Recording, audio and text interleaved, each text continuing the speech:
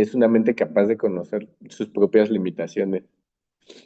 O sea, conforme uno se pone a estudiar, o sea, no se imaginen así, llevo 10 años en estos temas y todavía hay libros que me dan miedo. O sea, que los veo y digo, oye, ¿de dónde, cómo le entiendo esto, no? ¿De cuál le voy a entender? Pero pues lo agarras, lo lees, no lo entendiste, lo vuelves a leer, no lo entendiste, te empiezas a ver las referencias, empiezas a buscar, buscas videos, buscas libros, buscas artículos y pues ahí estás y aunque avances poquito, pues poquito es mejor que nada, ¿no? Entonces yo sí les recomiendo pues estudiar. Ahora uno estudia mejor cuando tiene ah, un incentivo, ¿no? Por ejemplo, para mí mi incentivo inicial fue la maestría, ¿no? Pues no me agarré los libros de mecánica de fluidos, me los puse a leer nomás por pasatiempo. Sí se puede, pero es más complicado, más fácil darle una orientación a tu proyecto. Ah, quiero entender este tema. Ah, quiero aplicar este problema. Ah, y entonces es más fácil, porque aparte les digo, el conocimiento es muy vasto, entonces es muy fácil perderte. Y empiezas leyendo una cosa y terminas leyendo algo que no tiene nada que ver, que ni te sirve, y entonces es una buena idea empezar a a tomar una dirección y pues a eso les ayuda, por ejemplo, el posgrado. Vean, por ejemplo, ¿no? Pues si quiero aprender mecánica de fluidos, pues veo qué libros llevan en los posgrados. Generalmente los temas, los planes de estudio se publican y te dice ahí, ah, pues uso estos libros, ¿no? Y no solo de aquí, pues a ver qué libros lleva el MIT, qué libros lleva, no sé, la Politécnica de Zurich y así. Y no es como que, ay, no los voy a conseguir. No, pues eso en los 80 ahorita se los consiguen. Nada más es buscar. Bueno, entonces estábamos recordando el problema. Estamos en el problema básico de transferencia de conducción de calor, ¿no? Regresando, tengo una pared en un cierto instante de tiempo. Tengo una pared que está a una temperatura T0 y en un instante de tiempo aparece una temperatura T1 de un lado de la pared. ¿Sale? Y entonces hay una diferencia de temperaturas y quiero poder predecir cómo se van a hacer las curvas de temperatura, es decir, qué temperatura va a tener en cada punto espacial mi pared y y quiero saber desde el transitorio hasta el estacionario. Y con eso puedo también determinar la transferencia de calor. Bueno, lo primero que hicimos fue plantear la ecuación. Luego, con esa ecuación, la ecuación de comportamiento, este, hicimos el trabajo de adimensionalizar y un análisis de escalas para simplificar la ecuación. Llegamos a esta bonita ecuación de difusión de calor, ¿sale? Donde el Fourier nos decía cuándo debo o no considerar el estado transitorio de mi problema, ¿no? Y también se vuelve una constante que dirige el comportamiento del problema. Entonces, vamos a continuar. Me voy a ir de este lado para que no quede como en columna todo, sino irme haciendo a lo ancho. Y entonces voy a poner la ecuación con la que estamos trabajando. Dice, la derivada de la temperatura con respecto al tiempo es igual al Fourier por la segunda de la temperatura con respecto a X. Recordemos que esto es adimensional, pero yo no estoy poniendo los asteriscos pues, porque me estoy ahorrando ahí este tiempo, ¿no? Pero esto es adimensional. Ahora, ¿cómo voy a atacar este problema? Recuerden, siempre que ustedes vean una ecuación con la que tienen que enfrentarse, lo primero que tienen que hacer es poder caracterizarla, ¿no? Poder eh, saber con qué están peleando. Entonces, por ejemplo, esta número uno es una ecuación diferencial en derivadas parciales. ¿Cuándo entran en juego las derivadas parciales? Cuando mi variable depende de más de una cosa. En este caso depende del espacio y del tiempo. Entonces, necesito derivadas parciales. Número dos es de segundo orden. Recuerden que segundo orden en el espacio, primer orden en el tiempo. ¿Eso qué quiere decir? El orden de la ecuación diferencial nos dice cuántas piezas de información necesito para poder resolver esa ecuación. Entonces, si es de segundo orden en el espacio, quiere decir que necesito dos condiciones de frontera espaciales. Conocer la temperatura en dos puntos del espacio para cualquier momento. Si es de primer orden en el tiempo, quiere decir que yo necesito conocer cómo es la temperatura en todos lados en un momento. Y a partir de eso puedo obtener todo lo demás. ¿Estamos de acuerdo? En cualquier momento, pero al menos en dos puntos. O sea, en dos puntos espaciales tengo que poder definir cuánto valía la temperatura para cualquier momento.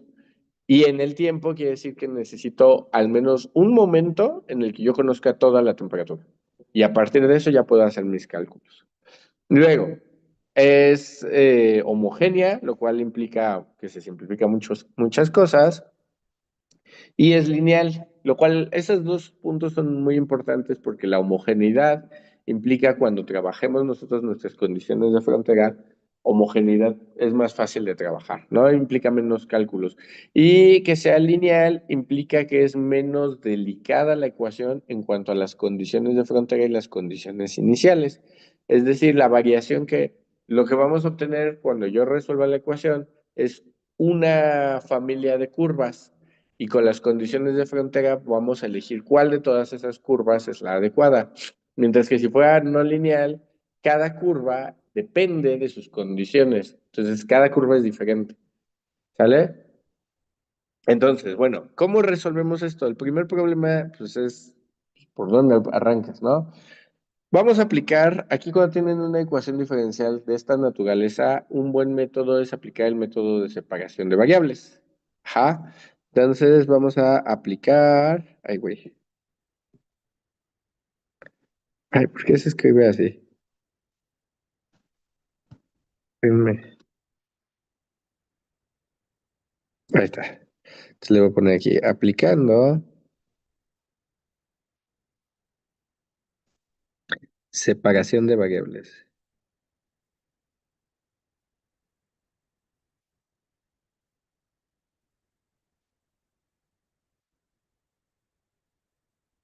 Como que ya necesito cambiarle la punta a esto. Bueno, tengan mucho cuidado porque hay una separación de variables para ecuaciones diferenciales ordinarias y hay otra separación de variables para esta que estamos usando. ¿Esto qué quiere decir? Yo tengo que la temperatura es una función de X y del tiempo. Entonces, voy a suponer que esta ecuación la puedo romper en dos partes.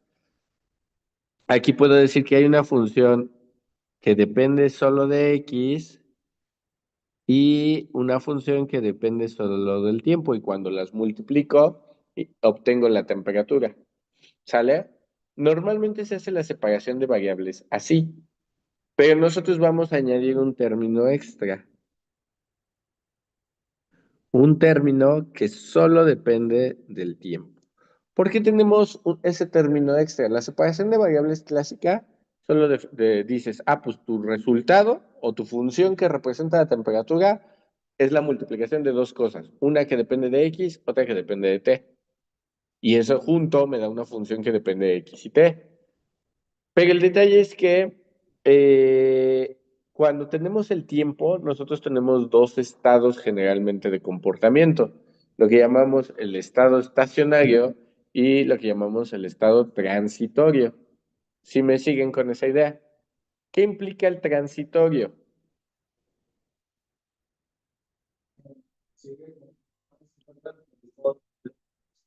No, pues ese es de transición, ese es el flujo de fluidos, pero en matemáticas en general o en problemas en general físicos, ¿qué significa que tenga un estado transitorio o un estado estacionario? Que las variables son afectadas por el tiempo. Si pasa el tiempo, cambian las variables. ¿Sale? Y por otro lado tenemos otro estado que llamamos estacionario. ¿Qué significa que algo sea estacionario? Hay un cable, ¿es suyo? ¿Qué cable? Al lado de su que las variables ya no dependen del tiempo. Entonces, si yo solo, digamos que este término no lo escribo, solo hago la separación de variables clásica, cuando llegue digamos que lo que debería de pasar en el problema es que eventualmente el sistema evolucione solito a un punto donde el tiempo ya no me afecte. ¿Estamos de acuerdo? Pero si el tiempo ya no me afecta, este término no puede dejar de existir. O sea, estamos de acuerdo que aquí este siempre está presente. Entonces el tiempo siempre tendría consecuencias. Y si el tiempo siempre tiene consecuencias, nunca llegas al estacionario. ¿Estamos de acuerdo? Por eso proponemos que hay una segunda función que depende del espacio y que se está sumando a a la multiplicación original. De esa forma, cuando el tiempo no importe, este término lo quito y tengo el estado estacionario. ¿Sí entienden esa idea?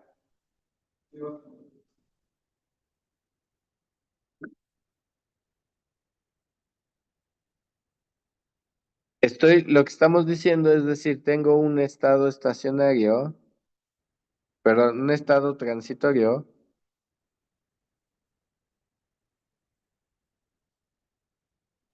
y un estado estacionario.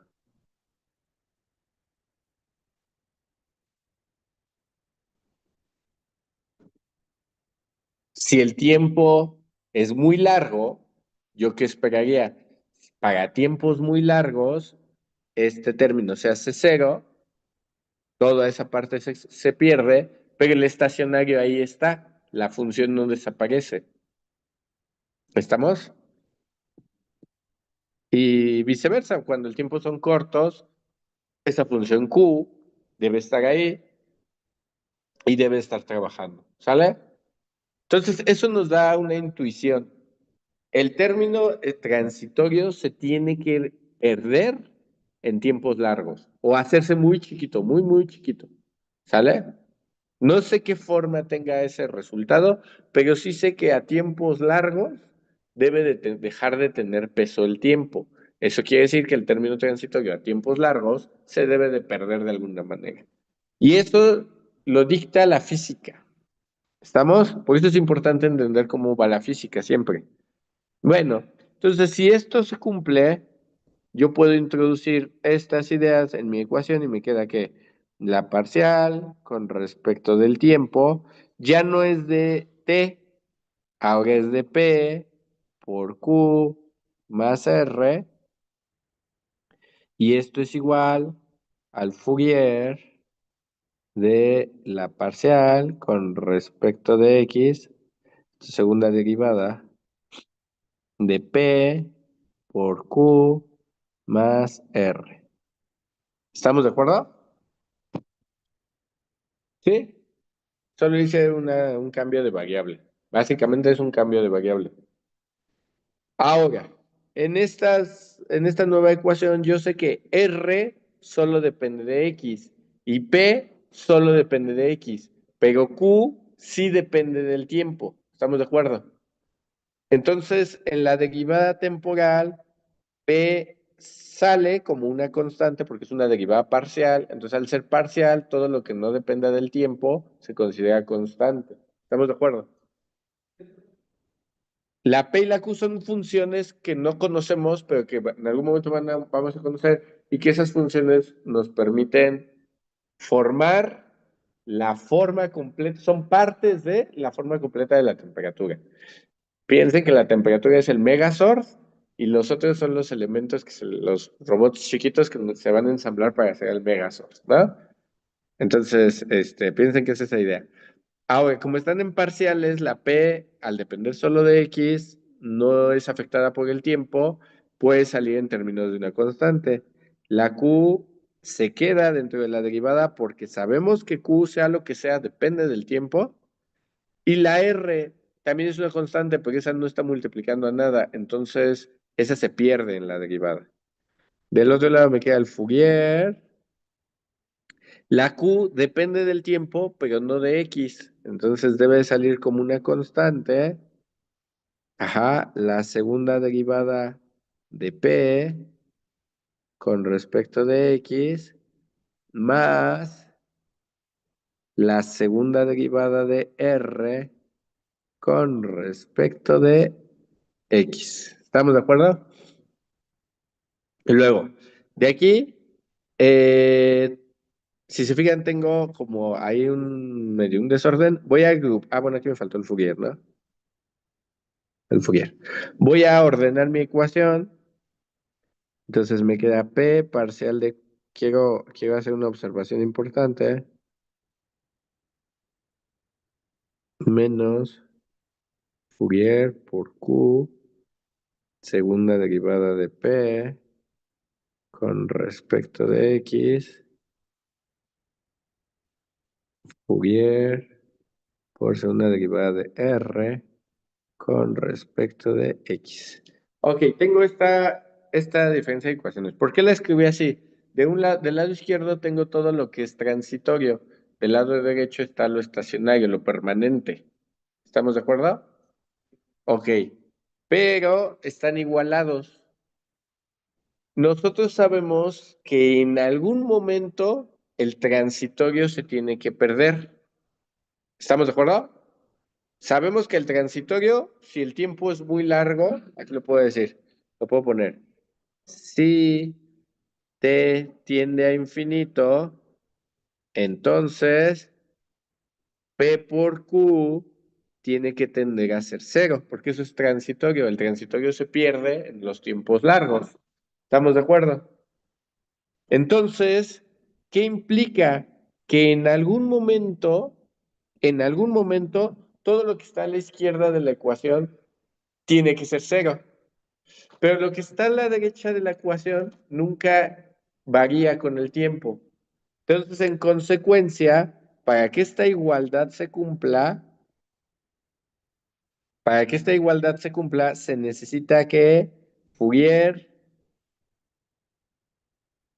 que el estacionario sea igual con cero y que el transitorio también sea igual con cero.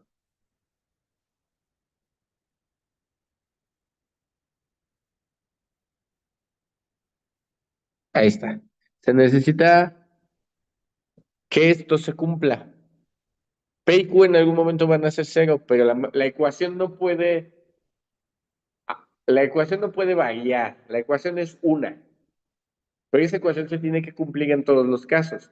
¿Cómo se cumple para cuando P y Q sean cero? Ah, pues porque el lado derecho también tiene que ser cero. Ajá.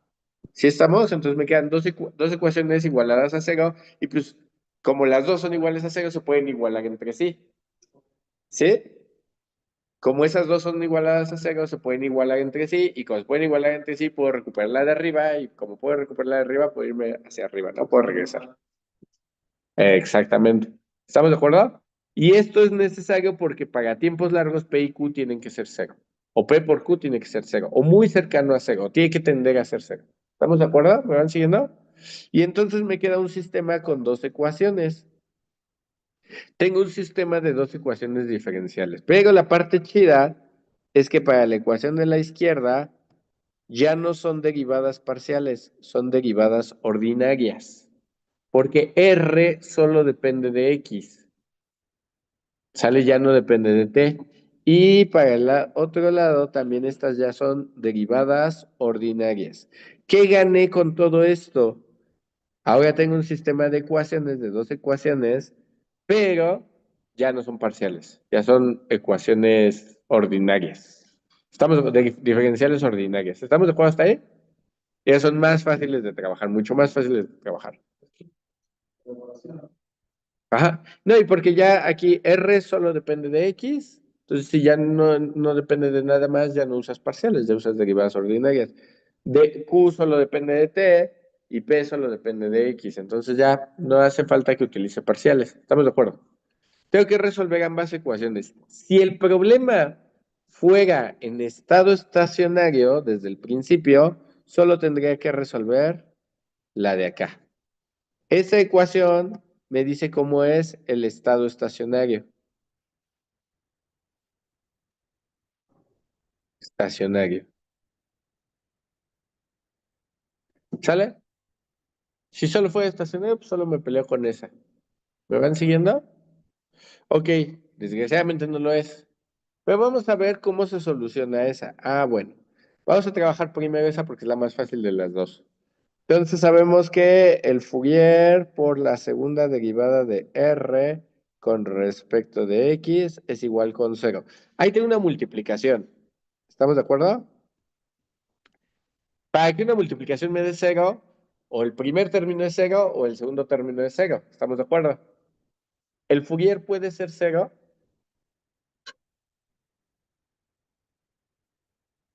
No, porque recordemos que el Fourier estaba definido como el tiempo de observación por alfa sobre h cuadrada. Si el Fourier es cero, quiere decir que alguna de esas de alfa tendría que ser cero o t cero tendría que ser cero. Pues tiempo de observación cero, pues no tengo problema, no estoy viendo nada. Y alfa cero quiere decir no tengo material. Entonces, el Fourier no puede ser cero. ¿Quién tiene que ser cero? La derivada de R. Chequen, no es lo mismo que R sea cero a que su derivada sea cero. ¿Estamos de acuerdo? Entonces, R, bueno, la segunda derivada, bueno, pues ya es ordinaria, ¿no? Dice y dice que son ordinarias, sí. No le cambio. Todo es adimensional. Entonces, la segunda derivada de R con respecto de X es igual con cero. ¿Cómo nos deshacemos de una derivada? Integrando. Entonces, aquí puedo poner integrando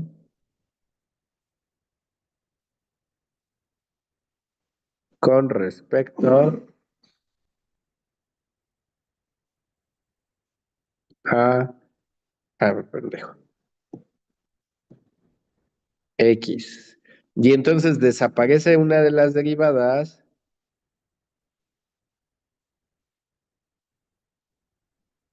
y esto me aparece una constante.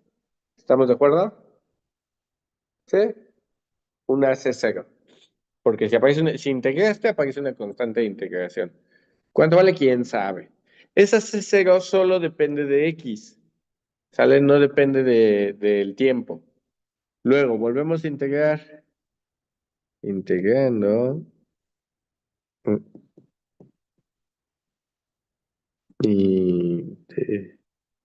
Integrando con respecto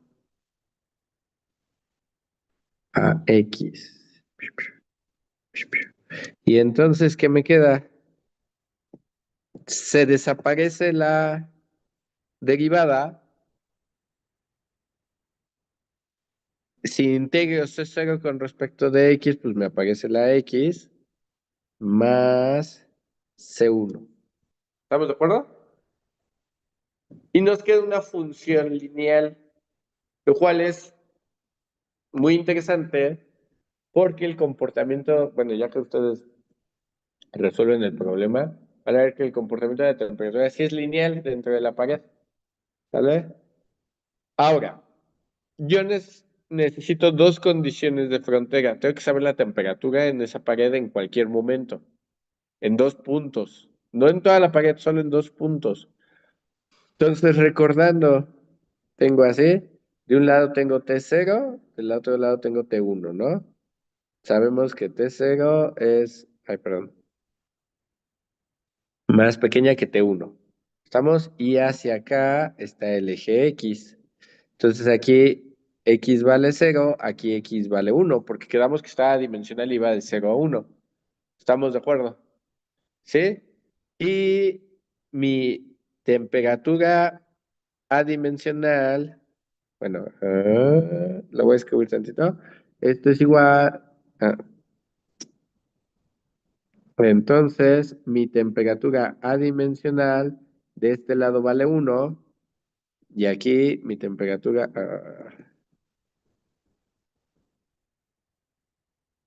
mi temperatura adimensional aquí vale 0.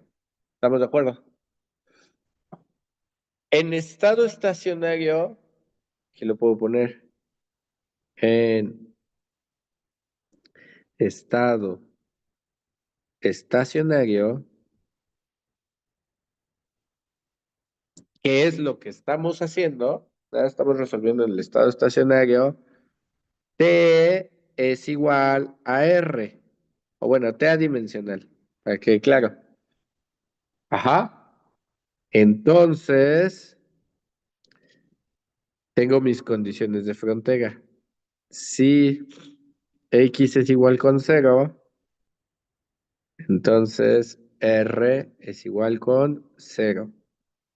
Si X es igual con uno, entonces R es igual con uno. ¿Estamos de acuerdo? Y esto me sirve porque ya puedo resolver mis condiciones de frontera, ya puedo sustituir en mi ecuación. De la primera, digo, cero es igual, le voy a poner así para que veamos que estoy sustituyendo. Cero es igual a C1, no es cierto, a C0.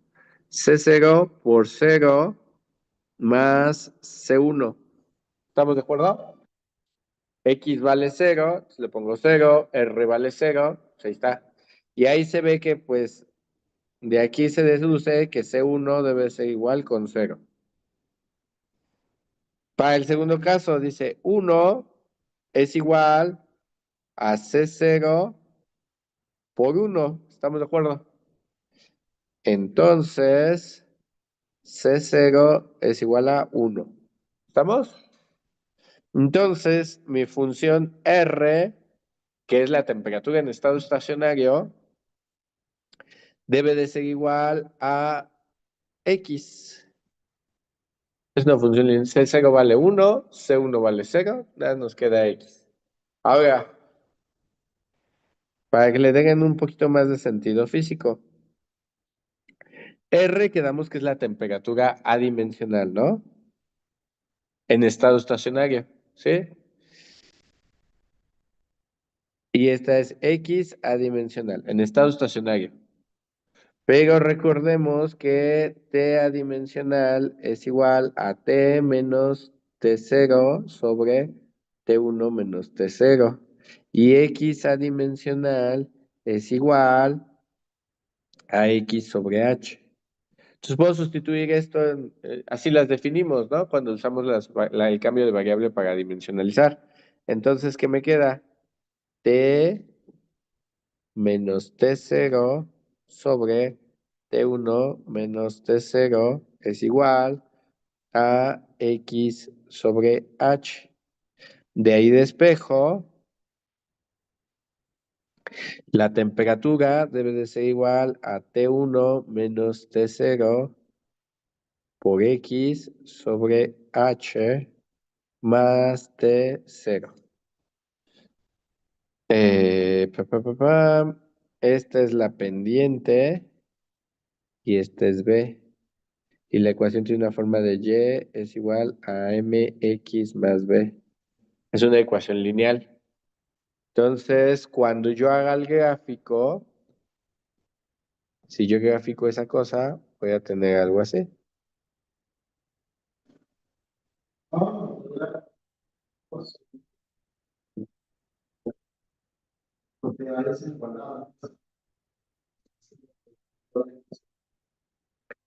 A ver, dame un segundo. ¿Cómo?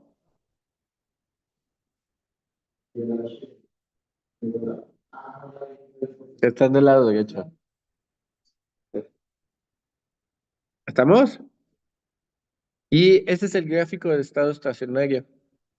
Si ustedes resuelven el problema de conducción de calor en estado estacionario, les da ese gráfico, una función lineal, lo cual es muy fácil de trabajar. Y eso tiene una cosa fácil y bonita.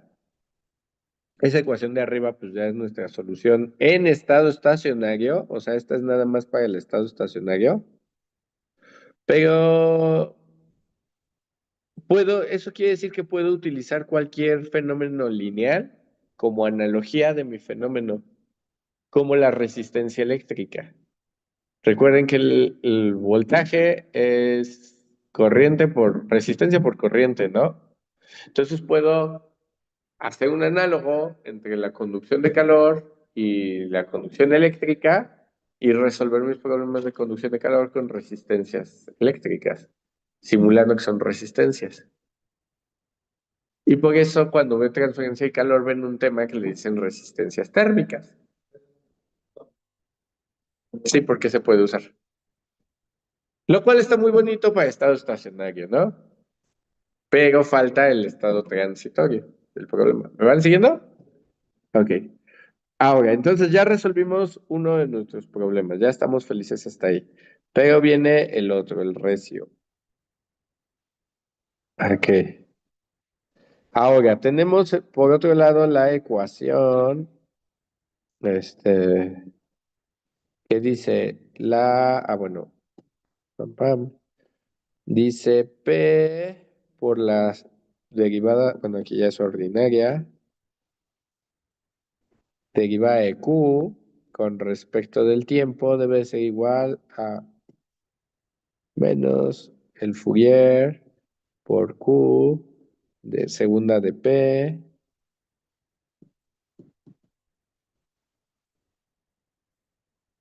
con respecto a X, igualado a cero, ¿no? ¿Me van siguiendo hasta aquí? Entonces puedo reorganizar mi ecuación y la puedo escribir como uno sobre el Fourier con Q. Recuerden que el Fourier es una constante, ¿no? Entonces, ahí con ese me voy tranquilo. Por la derivada de Q con respecto de T debe de ser igual a la segunda derivada de P. Ah, no es cierto. Uno sobre P por la segunda derivada de P con respecto de X. Por eso se llama método de separación de variables. No hubiéramos hecho la parte del transitorio, chequen, me regreso. Cuando hice la separación de variables, dije, originalmente es P por Q, la R yo la añadí porque yo sé que tiene que existir un estado estacionario. Pero si yo no sé qué pasa con ese estado estacionario y no se me ocurre añadirlo, solo hubiera tenido las funciones P y Q. P y Q deberían de ser iguales a la temperatura dimensional. ¿Estamos de acuerdo? Entonces, me tendría que haber quedado así la ecuación. Y si se fijan, lo del lado derecho todo depende de X, lo del lado izquierdo depende del tiempo. Se separan las variables, pues se llama el método de separación de variables. Lo de X con X, lo del tiempo con el tiempo, y ya pues veo qué onda, ¿no? Ahora, tengo una ecuación, o tengo una función, lo del lado izquierdo al final es una función del tiempo, y lo del lado derecho es una función del espacio. ¿Qué condición se les ocurre que tenga que suceder para que esas dos funciones puedan ser iguales en todo momento? Podría ser que estas dos son cero. Cero izquierdo, cero derecho, y pues cero es igual a cero, como nos pasó con el estado estacionario. ¿Estamos de acuerdo? Pero en el estado estacionario yo sabía que podían ser cero, ¿por qué? Y aquí lo puse, porque cuando el tiempo es muy largo, P y Q se hacen cero. Entonces en algún momento eso sí se hace cero, ¿sale? Pero aquí yo no tengo esa confirmación. Pero sí puedo decir que lo que está a la izquierda y mira, véanlo así, lo que está a la izquierda son puras cosas que dependen del tiempo y están haciendo operaciones. Lo que está a la derecha son puras cosas que dependen del espacio y están haciendo operaciones. Para que se puedan igualar, quiere decir que esas operaciones a la izquierda y estas operaciones a la derecha nos dan resultados que no dependen del espacio y no dependen del tiempo. ¿Sí entienden esa idea? Va de nuevo.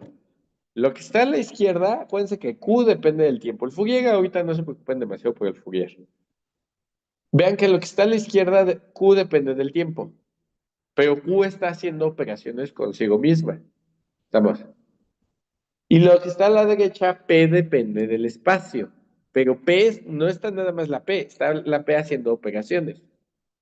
Para que las operaciones de la izquierda y las operaciones de la derecha se puedan igualar, quiere decir que lo que está ahí, ambas cosas, el resultado no depende del espacio y no depende del tiempo. ¿Sí estamos de acuerdo? Porque algo que solo depende de X no se puede igualar con algo que solo depende de T. Tiene que o depender de las dos o de ninguna. Lo más lógico es que sea de ninguna. Y entonces esto lo vamos a llamar lambda. Es una constante. ¿Estamos de acuerdo? Lo que está a la izquierda tiene que ser igual a una constante que es independiente. Las constantes son independientes del tiempo, pero también lo que está a la derecha tiene que ser igual a la misma constante que también es independiente del espacio. ¿Cuánto vale? ¿Quién sabe? Pero tiene que ser independiente del espacio y del tiempo. ¿Estamos de acuerdo? ¿Es que? ¿Sí? Bueno, y entonces eso genera un sistema de ecuaciones. Por un lado vamos a tener la ecuación que dice 1/P, segunda derivada de P, con respecto de X, igual a lambda. No sabemos cuánto vale lambda, pero ahí está. Y la otra dice 1 ay, güey, el Fourier por Q, derivada de Q con respecto del tiempo, debe ser igual a lambda. ¿Estamos? Son dos ecuaciones. La ecuación de la izquierda, o bueno, vamos a resolver ambas, ¿no? Pero tengo que saber contra qué estoy peleando. La de la izquierda es una ecuación diferencial, derivadas ordinarias, este, homogénea de segundo orden. La de la derecha, una ecuación diferencial, derivadas ordinarias, homogénea, pero de primer orden. ¿Cuál resuelvo primero? Tengo que resolver las dos.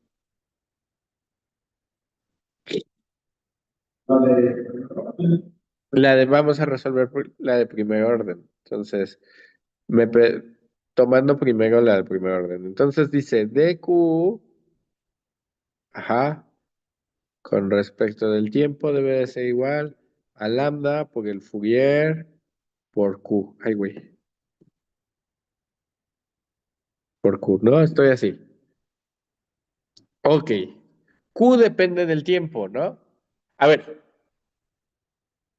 como buen ingeniero, como buen ingeniero, yo normalmente lo que haría es decir, pues dq sobre Q debe de ser igual a lambda Fourier dt.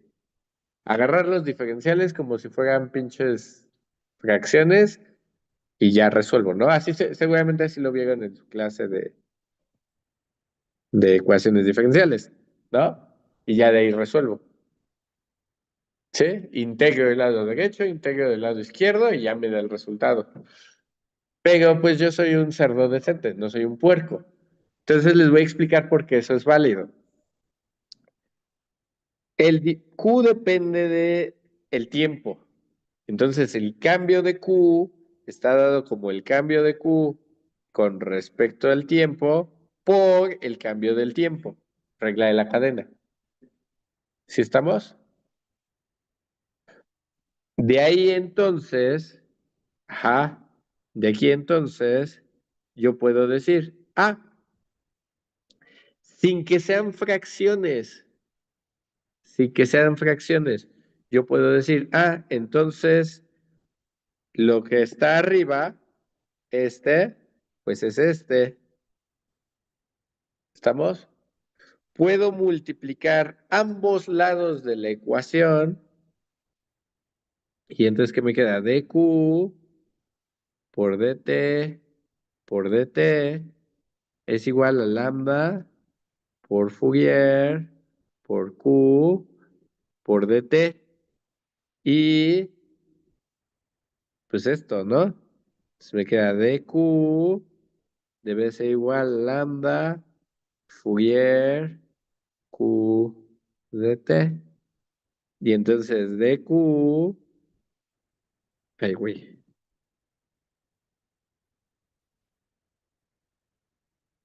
Ay, pendejo, si es lo que estoy quitando y ahí lo voy y lo pongo.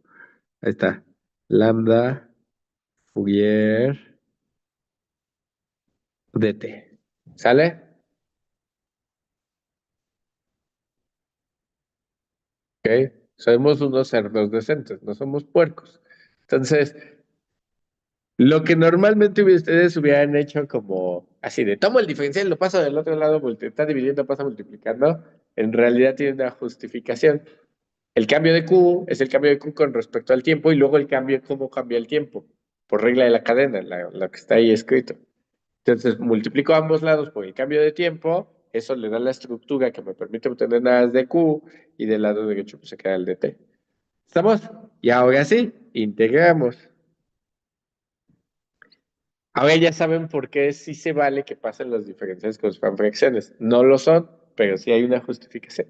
Digo, ya no lo vamos a tener que volver a hacer nunca, pero ya saben de dónde viene, ¿no? No es algo que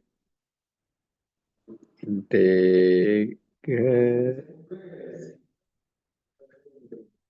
No, eso es lo chido. Tienen que ver, poner atención de la ecuación. Pero ese pasito está bien padre en física porque muchas veces pueden jugar, por ejemplo, cuando se hace la reducción de las ecuaciones de Euler-Lagrange, a veces hay términos donde pueden jugar con esa idea de la regla de la cadena y cambiar un diferencial por otro. Por ejemplo, cuando luego tienen masa por derivada hay una muy bonita que dice masa por, ¿cómo queda? Es que es masa por velocidad, por derivada de velocidad con respecto del tiempo. Y esto queda en una integral. Y esto, sí, claro. A veces está así. A ver, espérame. Cheque, cheque, cheque, cheque, cheque. A veces ustedes tienen que sacar la integral de la masa por la derivada de la velocidad con respecto del tiempo, con respecto del tiempo. Pero esto es el diferencial de velocidad. ¿Cómo se justifica? Con una forma similar a esta. Y entonces les queda la integral de la masa por el diferencial de velocidad. Y eso está padre porque cuando hacen esa integral, bueno, generalmente aquí hay una velocidad más. Cuando hacen esa integral, les queda este, el 1/2 aquí hay otra velocidad, 1/2 de la masa por la velocidad al cuadrado. La definición de energía cinética. Pero que para que puedan meter todo eso, tienen que hacer un análisis similar, ¿no? Digo, no lo estoy haciendo bien, lo estoy haciendo nada más para que vean que se usa, pero eso se ocupa esa idea se ocupa un montón en mecánica analítica, lo que llamamos mecánica analítica. No la llevan. Deberían, sí, después de dinámica. O en lugar de dinámica. Es que ustedes llevan estática y cinemática y dinámica en uno solo y ya, ¿no? Propiamente, mecánica analítica se conoce más formalmente como mecánica clásica. Sí vale la pena distinguirla de dinámica, porque aunque muchos temas son similares, en mecánica analítica luego ven la ecuación de Euler-Lagrange, y eso es muy importante si ustedes después van a ver robótica. En dinámica de sistemas físicos la llevan, que es la famosísima ecuación que dice, si no me equivoco, es parcial con respecto de t, de la derivada, ay güey, la derivada de L con respecto de Q menos la derivada de L con respecto de Q, aquí es Q prima, ¿no? Q igual a cero, ¿no? Y donde L es energía potencial, no es cierto, es energía cinética menos energía potencial. Em, Y ya, eso es bien importante, porque esa ecuación es un análogo de fuerza es igual a masa por aceleración, y esa tiene implícita una idea bien interesante y bien bonita, que es la de la acción mínima. Todo eso no lo ven en dinámica, ¿o sí? Eso no lo ven en dinámica. Acción mínima no ven en dinámica, porque se ven en mecánica analítica. ¿Por qué no llevamos mecánica analítica? Porque mentes más brillantes que la nuestra han decidido que es más importante que aprendan a soldar. Pero bueno. Integrando con respecto.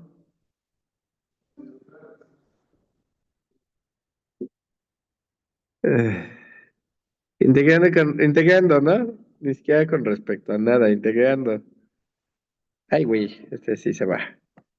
Entonces integro este lado e integro este lado. Ahí lambda y el Fourier son constantes, entonces los puedo sacar de la integral, no afectan.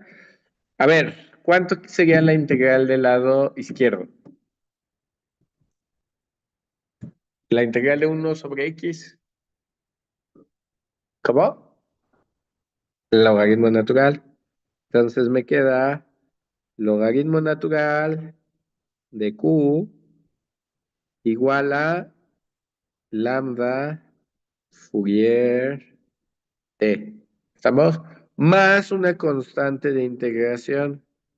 ¿Sí? Pues esta constante de integración, vamos a jugar tantito con ella. Yo puedo escribirla como a mí se me pegue la gana. Es una constante. ¿Estamos de acuerdo? Se me ocurre, número uno, que la voy a escribir del otro lado. La puedo poner del lado que yo quiera. Entonces, chequen este paso porque no lo ponen muchos libros. Digo, yo lo aprendí a la mala. Entonces, se los doy ahí porque está chido. La voy a escribir del otro lado con un negativo, ¿no? Y número dos, la voy a escribir como logaritmo natural de una constante 2. Porque ya usamos C1 y C0, ¿no? Entonces sigue C2. ¿Por qué con un logaritmo? Porque tengo los dos logaritmos y los puedo juntar. Y me queda el logaritmo natural de Q sobre C2, que es igual a lambda por el Fourier por T. Ajá. ¿Y eso porque está bien? ¿Cómo me deshago del logaritmo? Porque al final yo quiero una vez la Q solita, ¿no? No quiero el logaritmo de Q. ¿Cómo me deshago del logaritmo?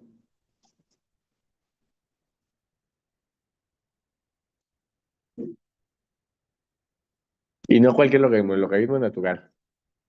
¿Cuál es su función opuesta?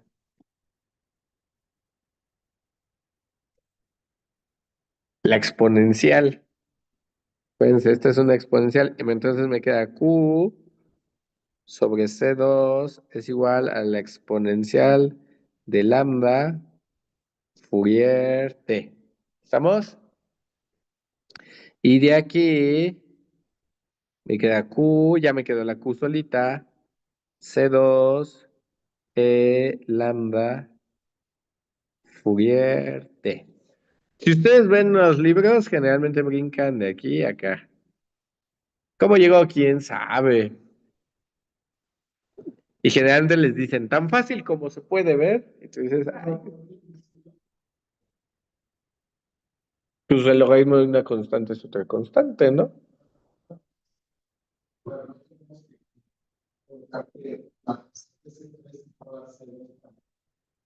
No, pues, no, pues si quieres, pero pues o sea, puedes ponerla, es una constante al fin y al cabo. Esa constante puede estar, la raíz de una constante es constante, el logaritmo de una constante es constante, la potencia de una constante es constante, el seno de la constante es constante. Entonces puedes usar la función que te convenga, la forma de la constante que te convenga.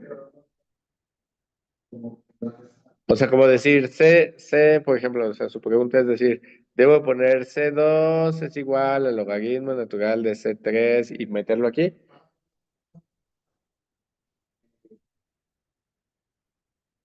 Pues no gana nada. Porque aquí, ¿cuándo sí se hacen ese tipo de arreglos?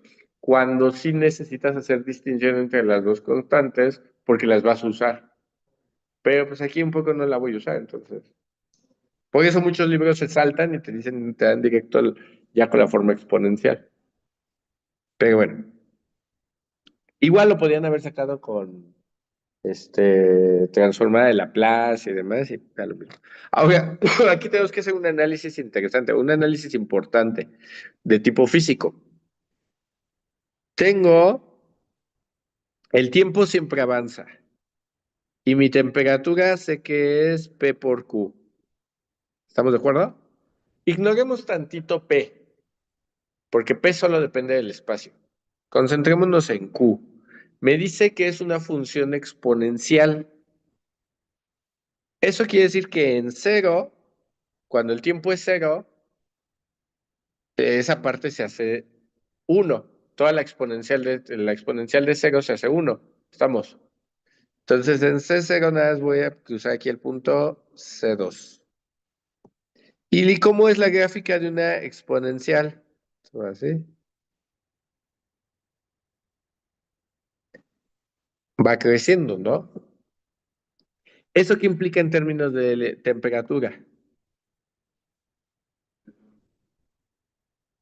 A mayor tiempo, mayor temperatura. Y si el tiempo es infinito, ¿cuánta temperatura alcanzaría? Infinito. Pero esto es lógico. Estamos entre T1 y T0 y quedamos que la temperatura no puede ser mayor que T1 ni menor que T0. Entonces esto no tiene lógica. ¿Qué tiene que pasar con la parte, con la gráfica conforme el tiempo avanza? P por Q, ¿qué tiene que pasar si el tiempo es muy largo? ¿Cuánto tiene que llegar al estadio estacionario? Entonces P por Q, ¿cuánto van a valer? Que es el transitorio. ¿Cuánto vale el transitorio en tiempos largos? Cero. ¿Estamos de acuerdo? El transitorio en tiempos largos tiene que valer cero. ¿Qué significa largo? Pues depende a quién le pregunten. Pero entonces, la función real, esta no puede ser mi función real. Mi función real tiene que hacer esto. ¿Y así? ¿Estamos de acuerdo? Que esta es f de t es igual a a la menos algo, le voy a poner at, ¿sí?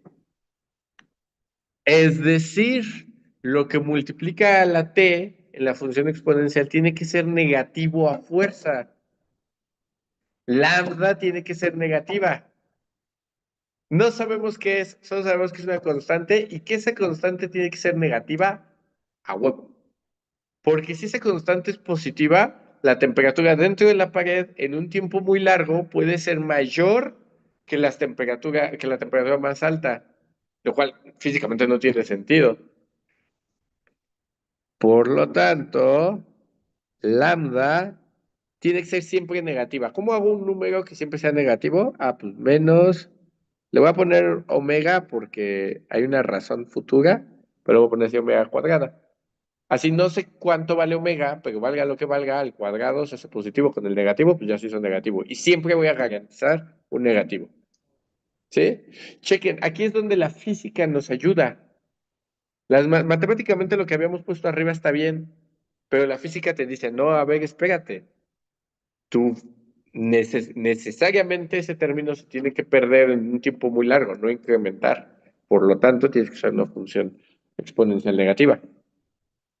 Y entonces la solución me queda que Q debe ser igual a C2 a la menos omega cuadrada Fourier por T.